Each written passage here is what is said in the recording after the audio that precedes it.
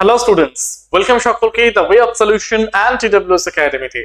যারা তোমরা এবছর গ্রাম পঞ্চায়েতের পরীক্ষায় বসতে চলেছো সেই সকল স্টুডেন্টদের জন্য জিকেজিএস এর একটা মোস্ট ইম্পর্টেন্ট সেশন নিয়ে চলে এলাম আজ।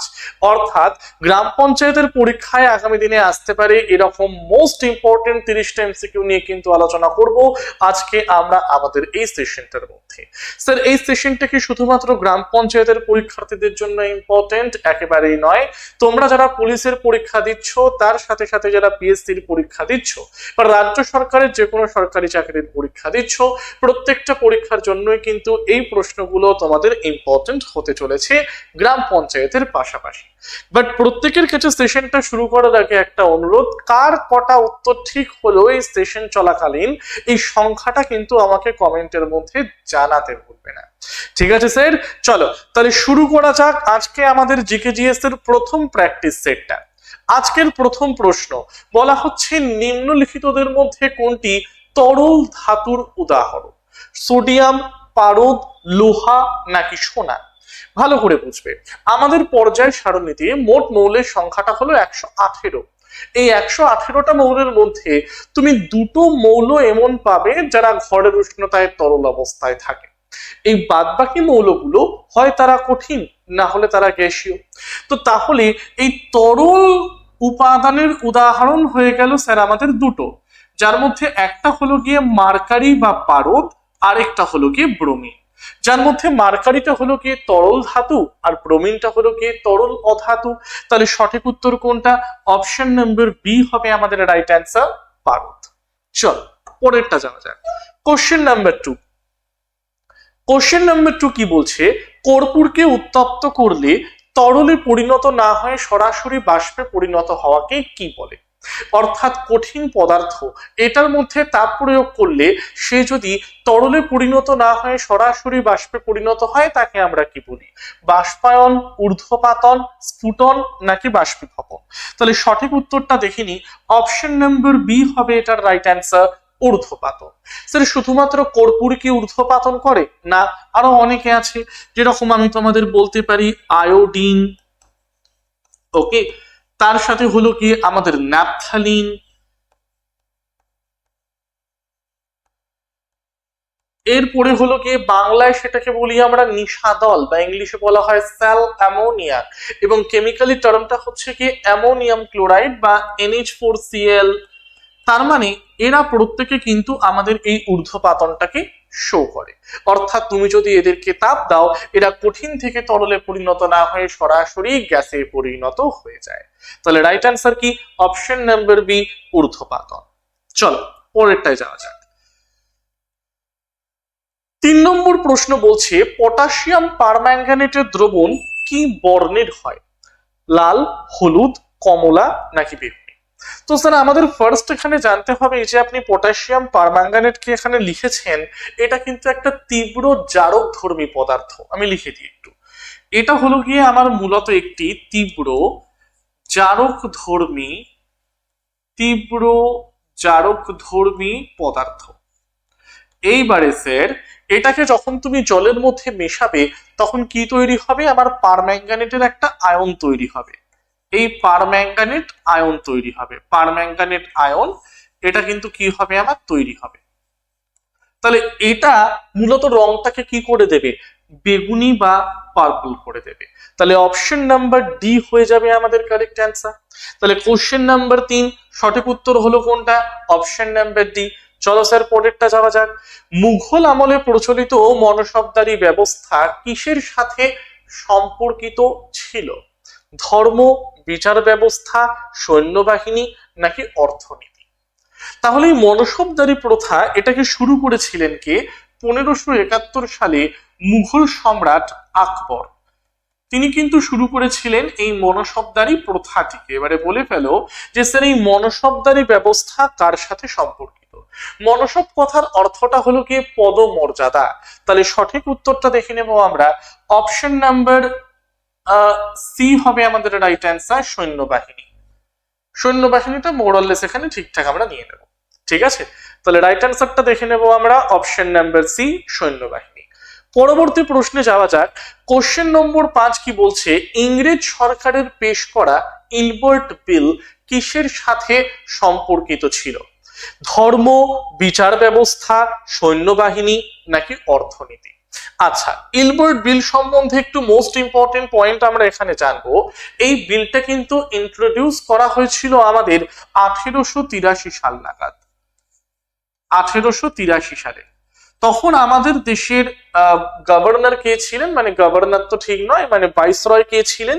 ভাইসরয় ছিলেন লর্ড রিপন। তৎকালীন ভাইসরয়ের নাম লর্ড রিপন, যার আমলে এসেছিল ইলবার্ট বিল। এই বিলের অর্থটা হলো যারা ভারতীয় বিচারক তারা কিন্তু ব্রিটিশ অপরাধীদেরও বিচার করতে পারবে। তার মানে এখানে বিচার ব্যবস্থার সাথে জড়িত কোনটা? Ilbert bill. Option number B হবে আমার কারেক্ট অ্যান্সার। ঠিক আছে, চলো তাহলে কোশ্চেন নাম্বার 5 সঠিক উত্তর দেখলাম অপশন নাম্বার বিটাকে। 6, 1853 সালে প্রথম রেলপথ নিম্নোক্ত কোন রাজ্যে স্থাপিত হয়েছিল? রাজস্থান, মহারাষ্ট্র, বিহার নাকি উত্তরপ্রদেশ? তাহলে স্যার সঠিক উত্তর কোনটা হবে? সঠিক উত্তর হলো কি মহারাষ্ট্র।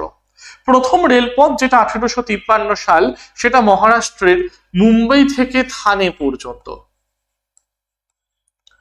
সেটা মুম্বাই থেকে থানে পর্যন্ত। এরপর যে দ্বিতীয় রেল লাইনটাকে আমরা দেখতে পারবো সেটা হলো কি 1854 সালে, এবং প্রথমটা যেহেতু পশ্চিম ভারতে হয়েছিল, দ্বিতীয় রেল লাইনটা হলো গিয়ে পূর্ব ভারতে প্রথম, কিন্তু সমগ্র ভারতে আবার দ্বিতীয়। সেটা হলো গিয়ে হাওড়া থেকে হুগলি। সেটা হলো গিয়ে হাওড়া থেকে হুগলি। এটা হলো গিয়ে পূর্ব ভারতের মধ্যে প্রথম, কিন্তু সমগ্র ভারতে দ্বিতীয়। এরপরে 1856 সাল সমগ্র ভারতবর্ষের তৃতীয় রেল লাইন, কিন্তু দক্ষিণ ভারতের ক্ষেত্রে প্রথম। সেটা হলো গিয়ে রায়াপুরম থেকে ওয়ালাজা রোড। সেটা হলো গিয়ে রায়াপুরম থেকে ওয়ালাজা রোড। এবং এটাকে নিয়ন্ত্রণ করতে হলো গিয়ে মাদ্রাজ রেলওয়ে। চতুর্থ রেলওয়েতে আসবে হলো গিয়ে কানপুর থেকে আমাদের ইসে পর্যন্ত, অর্থাৎ উত্তর ভারতের ক্ষেত্রে যেটা আমাদের প্রথম।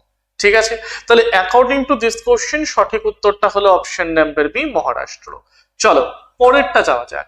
কোশ্চেন নাম্বার 7, 1807 মেঘনাদ বধ কাব্য কে রচনা করেছিলেন?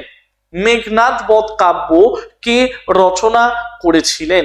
আমাদের মাইকেল মধুসূদন দত্ত, জয় গোস্বামী, কবি জসীমউদ্দিন নাকি রবীন্দ্রনাথ ঠাকুর?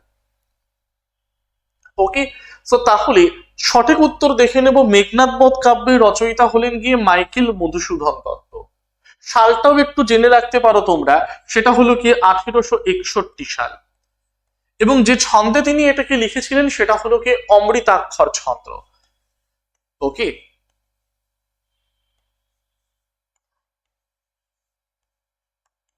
এই ছন্দে কিন্তু তিনি লিখেছিলেন। এখান থেকে আরেকটা ইম্পর্টেন্ট তোমরা প্রশ্ন পাবে, যেরকম জয় গোস্বামী তো আমাদের এখনকার দিনে, রবীন্দ্রনাথ ঠাকুর প্রথম ভারতীয় বাসিন্দা হিসেবে এবং প্রথম ভারতীয় হিসেবে নোবেল লরিয়েট হয়েছিলেন তার গীতাঞ্জলির জন্য।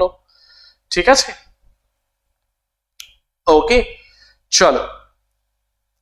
এবং কবি জসীমউদ্দিন, তেনাকে আমরা বলি হচ্ছে কি পল্লী কবি। এটা থেকেও পরীক্ষায় প্রশ্ন দেয়। তাহলে রাইট অ্যান্সারটা আমরা দেখে নেব কি অপশন নাম্বার এ মাইকেল মধুসূদন দত্ত। 8 অষ্টাঙ্গিক মার্গ কোন ধর্মের সাথে সম্পর্কিত? অষ্টাঙ্গিক মার্গ বা 8 ফোল্ড পাথ, তাহলে এটা হিন্দু, ইসলাম, জৈন নাকি বৌদ্ধ? তাহলে এটা কিন্তু আমাদের বৌদ্ধ ধর্মের সঙ্গে সম্পর্কিত। Right views, right aspiration, right speech, right conduct, right livelihood, right effort, right mindfulness. তো এখানে অষ্টাঙ্গিক মার্গ কি আমরা দেখলাম। যেরকম জৈন ধর্মে আমরা দেখতে পারি হচ্ছে কি ত্রিরত্ন, সৎ বিশ্বাস, সৎ আচরণ, সৎ জ্ঞান। ওকে, তাহলে সঠিক উত্তর অষ্টাঙ্গিক মার্গ কোন ধর্মের সঙ্গে আমার জড়িত? বৌদ্ধ ধর্মের সাথে কিন্তু জড়িত।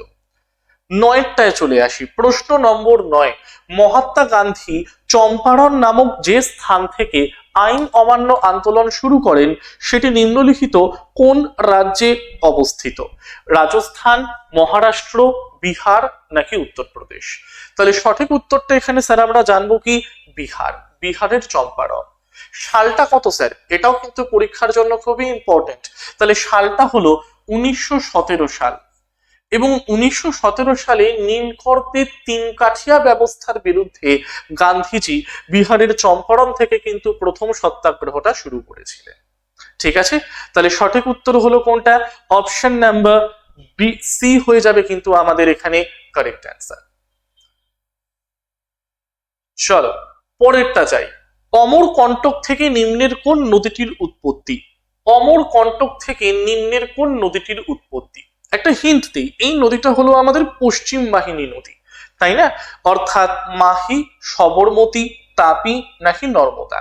অমরকণ্টক থেকে নিম্নের কোন নদীটির উৎপত্তি? তাহলে সঠিক উত্তর জেনে নেব আমরা, অপশন নাম্বার ডি, নর্মদা, যেটা পরবর্তীকালে কিন্তু আমাদের খাম্বাত উপসাগরে গিয়ে কিন্তু পড়বে। ঠিক আছে, চলো তাহলে সঠিক উত্তর দেখে নেব আমরা, সেটা হলো কি নর্মদা। 11টা, থর মরুভূমি ভারতের নিম্নলিখিত কোন রাজ্যটিতে অবস্থিত? থর মরুভূমি ভারতের নিম্নলিখিত কোন রাজ্যটিতে অবস্থিত? রাজস্থান, মহারাষ্ট্র, বিহার নাকি উত্তরপ্রদেশ?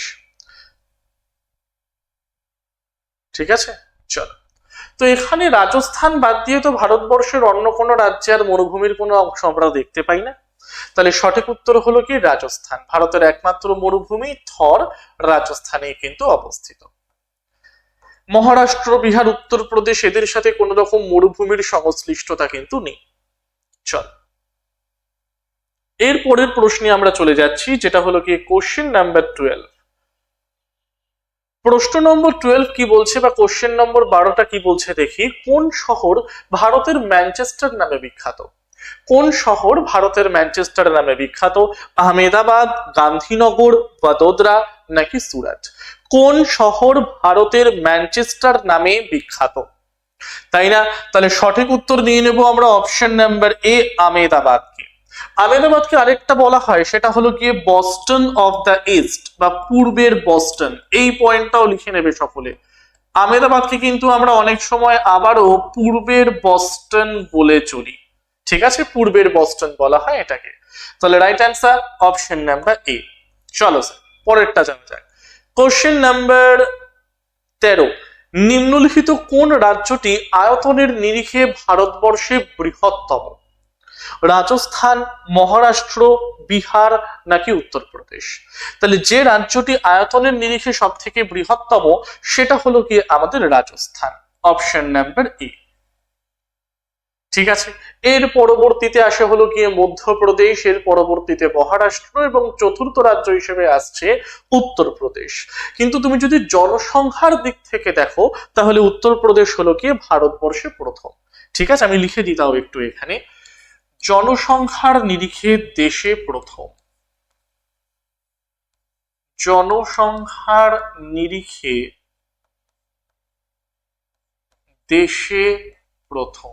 জনসংখ্যার নিরিখে দেশে প্রথম।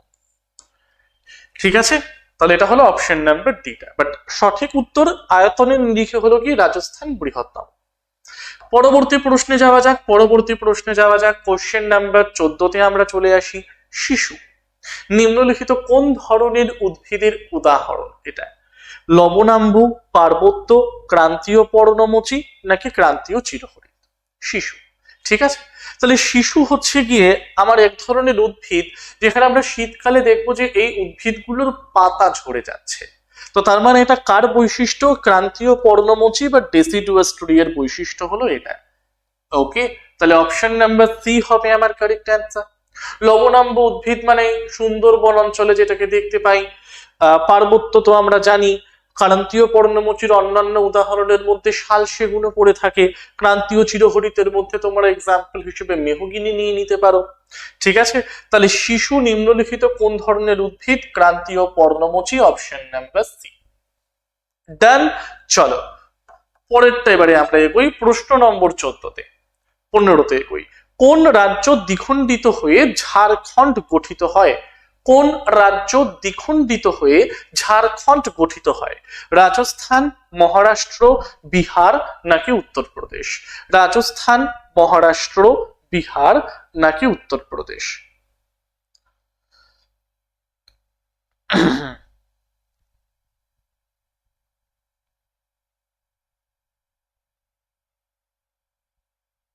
চলো তাহলে সঠিক উত্তর দেখিনি। আমাদের বিহার রাজ্যের দক্ষিণাংশটা আলাদা হয়ে কি তৈরি করে? ঝাড়খণ্ড তৈরি করে। তাহলে অপশন নাম্বার সি হয়ে যাবে বিহার। সালটা কত স্যার? সালটা হলো কি 2000 সালে, সরি এখানে টাকার মতন করে লিখে দিয়েছি, 2000 সালে এটা হয়েছিল। এবং ভারতের 28তম রাজ্য হলো গিয়ে কোনটা? ভারতের 28তম রাজ্য হলো গিয়ে আমাদের এই ঝাড়খণ্ড, 28তম। ঠিক আছে। বোম্বে প্রেসিডেন্সি যেটা, সেটাও ভাষার ভিত্তিতে ভাগ হয়েছিল, গুজরাট এবং মহারাষ্ট্রতে। উত্তরপ্রদেশ ভেঙে তৈরি হয়েছিল উত্তরাখণ্ড। তাহলে সঠিক উত্তর হলো বিহার, অপশন নাম্বার সি।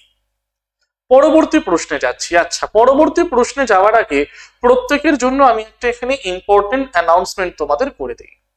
অর্থাৎ তোমরা যে সকল স্টুডেন্টরা আমাদের গ্রাম পঞ্চায়েতের পরীক্ষার জন্য অপেক্ষা করে রয়েছে, কারণ নোটিফিকেশন তো আমাদের বেরোবেই, এবং নোটিফিকেশন বেরোলে কিন্তু আমরা দেখতে পারবো যে খুব ফাস্ট একটা রিক্রুটমেন্ট প্রসেস হতে চলেছে। তো বেসিক্যালি যারা যারা মনে করছো স্যার জবে নোটিফিকেশন আসবে তবে থেকে পড়া শুরু করবো, ভাই সেটা করতে যেও না দিনের শেষে, কারণ একে তো তুমি টাইম পাবে না, রিভাইজ দেওয়ার প্রশ্ন তো পড়ে। তো মোটামুটি আমরা দেখছি যে খুব শীঘ্রই আমাদের পঞ্চায়েতের তরফ থেকে নোটিফিকেশন আসছে পঞ্চায়েতের বিভিন্ন ভ্যাকেন্সির জন্য। তো তোমাদের মধ্যে অনেক স্টুডেন্ট আমাদের কাছে কোয়েরি করছিল যে স্যার আপনাদের আগের পঞ্চায়েত ব্যাচটা তো শেষ হয়ে গিয়েছিল ফাউন্ডেশন, বাট আমাদের আরেকটা ফাউন্ডেশন ব্যাচ দরকার, আমরা একদম বেসিক থেকে অ্যাডভান্স লেভেল পর্যন্ত ম্যাথ, জিকেজিএস, ইংলিশ এবং বাংলাটাকে পুরো থিওরি হিসেবে পড়তে চাই। তো তাদের জন্য কিন্তু আমাদের টিডব্লিউএস একাডেমির তরফ থেকে লঞ্চ করে দেওয়া হয়েছে গ্রাম পঞ্চায়েত ব্যাচ 2.0, যেই ব্যাচের মধ্যে তোমরা কোন কোন সাবজেক্ট পেয়ে যাচ্ছ? জিকে পেয়ে যাচ্ছ, অঙ্ক পেয়ে যাচ্ছ, বাংলা পেয়ে যাচ্ছ এবং ইংরেজি পেয়ে যাচ্ছ। এই প্রত্যেকটা সাবজেক্টের বেসিক টু অ্যাডভান্স লেভেল পর্যন্ত তোমরা থিওরি ক্লাসেস পাচ্ছ, এবং চ্যাপ্টার ভিত্তিক থিওরি গুলো থেকে যে ইম্পর্টেন্ট এমসিকিউ গুলো তোমাদের আপকামিং পরীক্ষায় তৈরি হতে পারে সেগুলো নিয়ে কিন্তু আলোচনা পেয়ে যাচ্ছ তোমরা এই সেশনগুলোর মধ্যে। সম্পূর্ণ লাইভ একটি ব্যাচ। লাইভ ক্লাস যদি করতে না পারো তাহলে সেদিনকার ভিডিওটা তোমরা রেকর্ডেড ভার্সন হিসেবে পেয়ে যাচ্ছ। স্টাডি ম্যাটেরিয়াল স্যারেরা যা দেবেন সেটাও কিন্তু তোমরা অ্যাপের মধ্যে পেয়ে যাচ্ছ। এছাড়াও রয়েছে হলো গিয়ে মক টেস্ট। সম্পূর্ণ কোর্সের ভ্যালিডিটি হচ্ছে কি 15 মাস, অর্থাৎ তোমার ক্লাস 2 থেকে 3 মাসের মধ্যে কমপ্লিট করানো হয়ে যাবে, কিন্তু তুমি সেই স্টাডি ম্যাটেরিয়াল, ভিডিও এবং তার সাথে মক টেস্ট গুলোকে 15 মাস ধরে কিন্তু তুমি অ্যাক্সেস করতে পারবে। ঠিক আছে। থিওরি প্লাস এমসিকিউ সমৃদ্ধ একটা ব্যাচ, লাইভ রেকর্ডেড পাচ্ছ, পিডিএফ প্লাস ক্লাসও কিন্তু পেয়ে যাচ্ছ। তো তোমরা যারা যারা এই পঞ্চায়েতটাকে লক্ষ্য করে এগিয়ে যেতে চাইছো তারা কিন্তু আর দেরি করো না, চট জলদি আমাদের টিডব্লিউএস একাডেমি অ্যাপের মধ্যে গিয়ে পেইড ক্লাসেস সেকশনের মধ্যে এই গ্রাম পঞ্চায়েতের ব্যাচটা কিন্তু তোমরা পেয়ে যাবে। ঠিক আছে। এবারে আসি সেই স্টুডেন্টদের জন্য যাদের হয়তো গ্রাম পঞ্চায়েতের থিওরিটা খুব ভালো করে পড়া হয়ে গিয়েছে, বা আমাদের কাছে যারা গ্রাম পঞ্চায়েত 1.0 ফাউন্ডেশন ব্যাচটাকে করে নিয়েছো, তাদের জন্য হলো এই গ্রাম পঞ্চায়েতের প্র্যাকটিস ব্যাচটা। স্যার এখানে কিন্তু কোনো থিওরি করানো হবে না, এখানে তোমাকে বাংলা, ইংলিশ, অঙ্ক এবং জিকেজিএস এর টপিক ভিত্তিক প্র্যাকটিস করানো হবে। মানে ধরো আমি তোমাদের সায়েন্সের টপিক ভিত্তিক প্র্যাকটিসটাকে করাবো, যেরকম ধরো আমি তোমাদেরকে বললাম যে আজকে ফিজিক্সের মেকানিক্স চ্যাপ্টারে তোমাদের আপকামিং পঞ্চায়েতের পরীক্ষায় যে রকমের প্রশ্ন তৈরি হতে পারে তার একটা প্র্যাকটিস সেট নিয়ে আলোচনা। তো এখানে থিওরি করানো হবে না, এখানে কিন্তু শুধুমাত্র আমাদের চ্যাপ্টার ভিত্তিক প্র্যাকটিস হবে। কাদের জন্য এটা প্রযোজ্য? যারা একবার আমাদের ফাউন্ডেশন ব্যাচটাকে করে নিয়েছো, বাচ্চাদের মনে হচ্ছে যে গ্রাম পঞ্চায়েতের থিওরি আমাদের একদম ওকে রয়েছে স্যার, বাট প্র্যাকটিসের জন্য বা কোন টাইপের প্রশ্ন আসতে পারে সেটা আমরা বুঝতে পারছি না, তাদের জন্য কিন্তু সম্পূর্ণ এই ব্যাচটা। ঠিক আছে। লেটেস্ট প্যাটার্নের প্র্যাকটিস পাচ্ছ, এমসিকিউ, প্রতিটি ক্লাসের পিডিএফ এবং ক্লাসগুলো লাইভ হবে, লাইভ সাথে সাথে সেটারও রেকর্ডেড ভার্সন কিন্তু তোমরা পেয়ে যাবে। আর সোম থেকে শনি রোজ ক্লাস। আরো ইনফরমেশনের জন্য তোমরা স্ক্রিনের নিচে দেওয়া নাম্বারে একবার কল করে নাও, 9062160805 এই নাম্বারের মধ্যে। চলো পরবর্তীতে আমরা যাচ্ছি। কোশ্চেন নাম্বার 16 কি বলছে একবার আমরা দেখিনি। নিচের কোন রাজ্যটির মধ্যপ্রদেশের সঙ্গে কোনো সীমানা নেই? নিচের কোন রাজ্যটির মধ্যপ্রদেশের সাথে কোনো সীমানা নেই? রাজস্থান, মহারাষ্ট্র, বিহার নাকি উত্তরপ্রদেশ? রাজস্থান, মহারাষ্ট্র, বিহার নাকি উত্তরপ্রদেশ? তো তাহলে মধ্যপ্রদেশের সাথে সীমানা নেই কার? স্যার বিহারের। কারণ Rajasthan yes, Gujarat yes, Maharashtra yes, Chhattisgarh, Uttar Pradesh, এই 5টা রাজ্যের সাথে সীমানা ভাগ করে হলো গিয়ে মধ্যপ্রদেশ। তাহলে সঠিক উত্তর হলো গিয়ে অপশন নাম্বার সি হবে আমাদের রাইট অ্যান্সার, বিহার। ঠিক আছে স্যার, চলো পরেরটা যাচ্ছি। কোশ্চেন নাম্বার 17, নিম্নলিখিত কোন রাজ্যে সহ্যাদ্রি পর্বতমালা অবস্থিত? সহ্যাদ্রি পর্বতমালা অবস্থিত বলে ফেলো। নিম্নলিখিত কোন রাজ্যে সহ্যাদ্রি পর্বতমালা অবস্থিত? ঠিক আছে, রাজস্থান, মহারাষ্ট্র, বিহার নাকি উত্তরপ্রদেশ? এবারে মূলত আমরা আমাদের পশ্চিম ভারতের মহারাষ্ট্র বা যেটা হচ্ছে গিয়ে আমাদের কোঙ্কণ উপকূল, এই যে জায়গাটা আমাদের রয়েছে, কর্ণাটকা উপকূল, কোঙ্কণ উপকূলের যে জায়গাটা আমার রয়েছে, এখানে আমরা দেখতে পাই হচ্ছে কি পশ্চিম ঘাট পর্বতমালা। যে পশ্চিম ঘাট পর্বতমালাকে লোকালি মহারাষ্ট্র এবং কর্ণাটকে বলা হয় সহ্যাদ্রি। তাহলে এখানে কর্ণাটক নেই, মহারাষ্ট্র আছে, তাই অপশন নাম্বার বি করে নেব আমরা রাইট অ্যান্সার। ওকে স্যার, তাহলে কোশ্চেন নাম্বার 17 সঠিক উত্তরটা কি? অপশন নাম্বার বি, মহারাষ্ট্রটা হয়ে যাবে আমাদের রাইট অ্যান্সার। 18, নিম্নোক্ত কোন রাজ্যটিতে বিধান পরিষদ নেই? বিধান পরিষদ মানে হলো যেরকম আমরা কেন্দ্রীয় সরকারের ক্ষেত্রে দেখি বা কেন্দ্রীয় শাসন ব্যবস্থায় দেখি প্রেসিডেন্ট এবং দ্বিকক্ষ বিশিষ্ট আইনসভা, রাজ্যসভা এবং লোকসভা, সেরকমই আমাদের দেশের রাজ্যগুলোর ক্ষেত্রেও দ্বিকক্ষ বিশিষ্ট আইনসভা রয়েছে। যেরকম একটা প্রথমটা হলো কি আমাদের বিধান পরিষদ, তারপরেরটা হলো কি বিধানসভা। কিন্তু টিল নাও আমাদের দেশের 6টা রাজ্যের মধ্যেই বিধান পরিষদ রয়েছে, বাদ বাকি কোনো রাজ্যের ক্ষেত্রে কিন্তু নেই, শুধুমাত্র বিধানসভাটাকেই আমরা দেখতে পাই। তাহলে বিধান পরিষদ নেই কোন রাজ্যটিতে? দেখো আছে, এখানে বলেছে কোন কোন রাজ্যে, মহারাষ্ট্র, এবং মহারাষ্ট্রের সাথে তোমরা নিয়ে নিতে পারো কর্ণাটক, মহারাষ্ট্র, কর্ণাটক, ওকে। তার সাথে রয়েছে আমাদের বিহার, উত্তরপ্রদেশ, এর সাথে রয়েছে হলো কি আমাদের অন্ধ্রপ্রদেশ, এবং রয়েছে হলো গিয়ে তেলেঙ্গানা, এবং রয়েছে হলো গিয়ে তেলেঙ্গানা।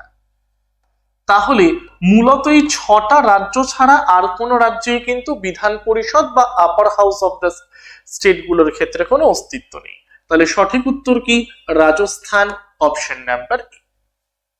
চলো তাহলে সঠিক উত্তর দেখে নিই আমরা, অপশন নাম্বার এ হয়ে যাবে আমাদের কারেক্ট অ্যান্সার, রাজস্থান। 19 নম্বর প্রশ্ন, বুল অ্যান্ড বেয়ার এই শব্দবন্ধটি কিসের সঙ্গে সম্পর্কিত? বুল অ্যান্ড বিয়ার এই শব্দবন্ধটি কিসের সঙ্গে সম্পর্কিত? ধর্ম, বিচার ব্যবস্থা, সৈন্যবাহিনী, অর্থনীতি। তাহলে বুল অ্যান্ড বিয়ার, একটা হলো গিয়ে বাজার তেজি চলছে, আরেকটা হলো গিয়ে বাজারে মন্দা চলছে। তো যাই হোক না কেন, সঠিক উত্তর নিয়ে নেব আমরা অপশন নাম্বার ডি, অর্থনীতির সাথে কিন্তু এটা আমাদের জড়িত। তাহলে প্রশ্ন নম্বর 19 সঠিক উত্তর কোনটা? অপশন নাম্বার ডি, অর্থনীতি। 20, ইউরো শব্দটি নিম্নলিখিত কিসের সঙ্গে সম্পর্কিত? ইউরো শব্দটি নিম্নলিখিত কিসের সঙ্গে সম্পর্কিত? ধর্ম, বিচার ব্যবস্থা, সৈন্যবাহিনী নাকি অর্থনীতি? তাহলে ইউরো কারেন্সি বোঝাচ্ছে স্যার এটাকে আমাদের, তাই না? ওয়ান টাইপ অফ কারেন্সি বোঝানো হচ্ছে আমাদের কাকে? এই ইউরোটাকে।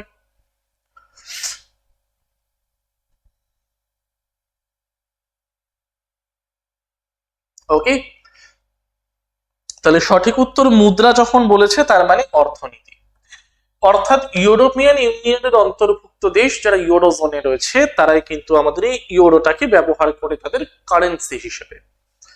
ওকে, যেরকম আমাদের দেশে বলি টাকা, সেরকম ইউরোপিয়ান ইউনিয়নের অন্তর্ভুক্ত ইউরোজোনের কান্ট্রিগুলো বলে হচ্ছে গিয়ে আমাদের ইউরো, তাদের অর্থটাকে। 21, আইরিশ মানব শরীরের কোন অংশে অবস্থিত? চোখ, হৃৎপিণ্ড, নাক নাকি কান? স্যার আইরিশ, চোখে আলো প্রবেশ, তার মানে চোখে আলো প্রবেশ মানে অপশন নাম্বার এ হবে আমার কারেক্ট অ্যান্সার।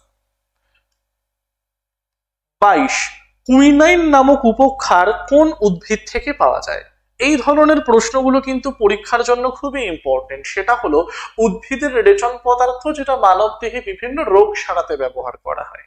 তাহলে কুইনাইন নামক উপক্ষারটা মূলত পাওয়া যায় কিন্তু এই সিঙ্কোনা গাছের ছাল থেকে, বা the bark of the cinchona. যেটা থেকে আমরা কি তৈরি করি স্যার, যেটা থেকে আমরা কিন্তু ম্যালেরিয়া রোগের ওষুধ তৈরি করি, ম্যালেরিয়ার ঔষধটাকে তৈরি করি। কি করে তৈরি করি স্যার? সিংকোনা গাছের ছাল থেকে পাওয়া উপক্ষার, যাকে বলা হয় কুইনাইন। সর্পগন্ধা গাছের মূল থেকে আমরা আরেকটা জিনিসকে পাই, যেটাকে বলা হয় স্যার রেজারপিন, যেটাকে বলা হয় রেজারপিন। এটা হলো কি উচ্চ রক্তচাপ কমানোর ওষুধ তৈরি করার জন্য রেজারপিনটাকে ব্যবহার করি। বেলিডোনা থেকে পাওয়া যায় আরেকটা উপক্ষার, যেটাকে বলা হয় অ্যাট্রোপিন, যেটাকে বলা হয় অ্যাট্রোপিন। আর পেনিসিলিয়াম মানে তো আমরা সকলেই জানি যে অ্যান্টিবায়োটিকের পার্টটা। তাহলে এখানে সঠিক উত্তর দেখে নেব আমরা অপশন নাম্বার সি, সিংকোনাকে। সিংকোনা হবে আমাদের সঠিক উত্তর, সিংকোনা গাছের ছাল। 23টা, নাইট্রিক অ্যাসিডের রাসায়নিক সংকেত কোনটি? নাইট্রিক অ্যাসিডের রাসায়নিক সংকেত কোনটি? কমেন্ট। ওকে, তাহলে নাইট্রিক অ্যাসিড, যার অন্য নাম হলো কি তেজি জল বা অ্যাকোয়াফর্টিস। ওকে, তো তাহলে সঠিক উত্তর হলো কি HNO3, nitric acid. C2H5OH, C2H6 মানে সেটাকে আমরা বলি হচ্ছে কি স্যার, কি সেটাকে আমরা বলি হচ্ছে কি ইথিন, তাই না? সরি, মানে C2H5, তাহলে C2 এর জন্য H আর N, ইথেন বলি, তাই না? এবারে ইথেন থেকে একটা হাইড্রোজেনকে বের করে দিয়েছি মানে ইথাইল হলো, ওইট যোগ করেছি মানে ইথাইল অ্যালকোহল। তাহলে এটাকে আমরা বলবো হচ্ছে কি ইথাইল অ্যালকোহল বা ইথানল। HCl মানে হলো কি হাইড্রোক্লোরিক অ্যাসিড, যার অন্য নাম মিউরিয়েটিক অ্যাসিড, কারণ এটাকে আমরা বাথরুম পরিষ্কারের কাজে লাগাই তাই। আরেকটা হলো H2SO4, যার বিজ্ঞানসম্মত নাম বা সায়েন্টিফিক নেমটা হলো সালফিউরিক অ্যাসিড। এটাকে বলা হয় অয়েল অফ ভিট্রিয়ল, এবং এটাকে কিন্তু আমরা ব্যাটারির মধ্যেও ব্যবহার করে চলি। তাহলে এটার সঠিক উত্তরটা কি? অপশন নাম্বার এ, HNO3। ঠিক আছে, চলো 24টা, সানি ডেইজ কোন বিখ্যাত ক্রিকেটারের আত্মজীবনী? সানি ডেইজ কোন বিখ্যাত ক্রিকেটারের আত্মজীবনী? সুনীল গাভাস্কার, গুন্ডাপ্পা বিশ্বনাথ, মহেন্দ্র সিং ধোনি, নাকি কপিল দেব? নাকি Kapil Dev? Sunny Days, Sunny days.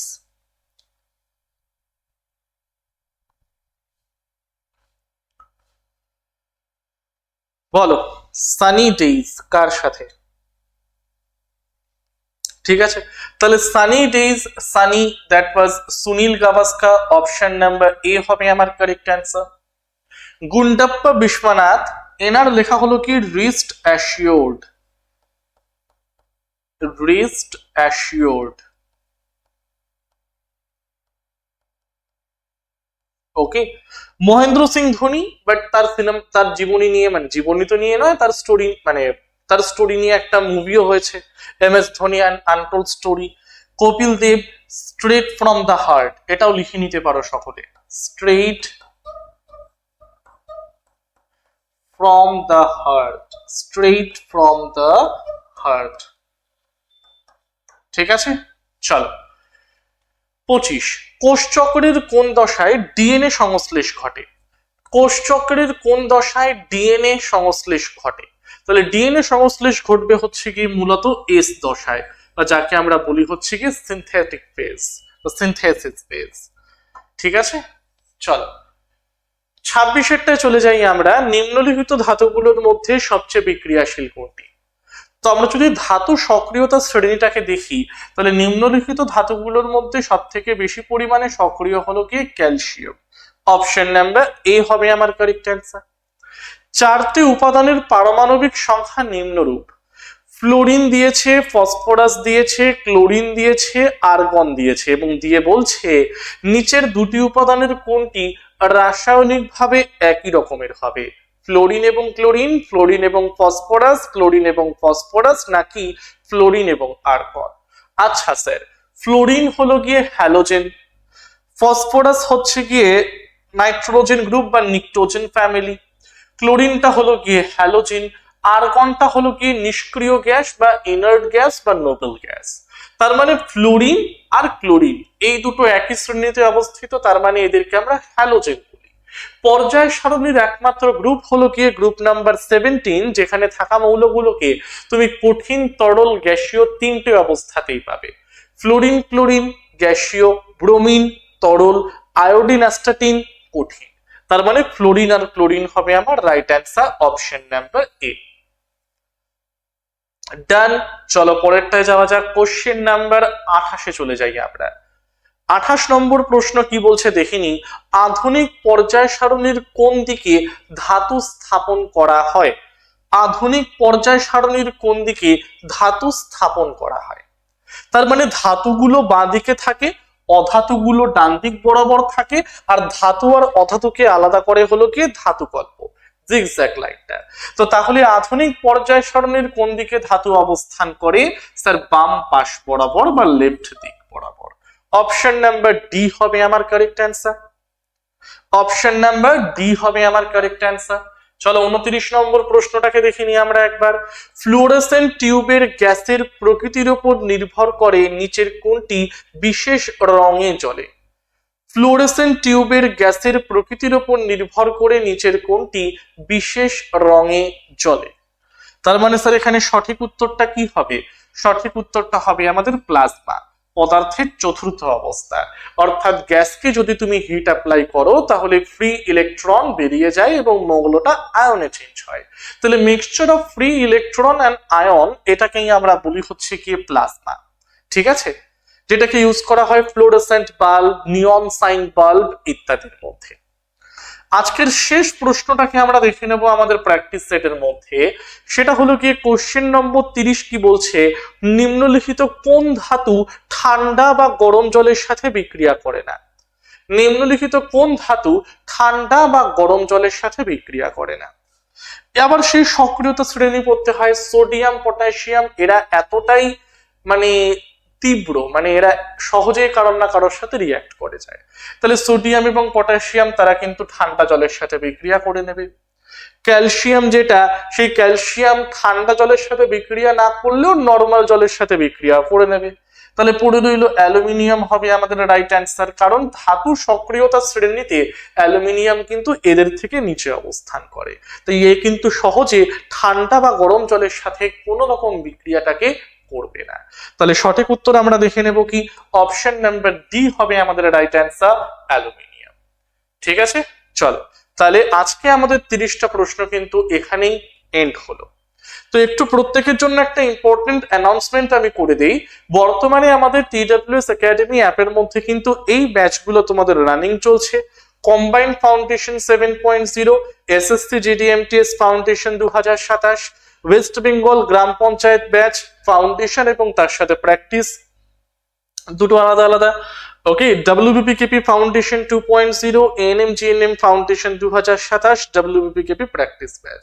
তো যাদের যেটা দরকার তারা কিন্তু আমাদের TWS একাডেমি অ্যাপটাকে ইনস্টল করে নাও ফ্রম প্লে স্টোর।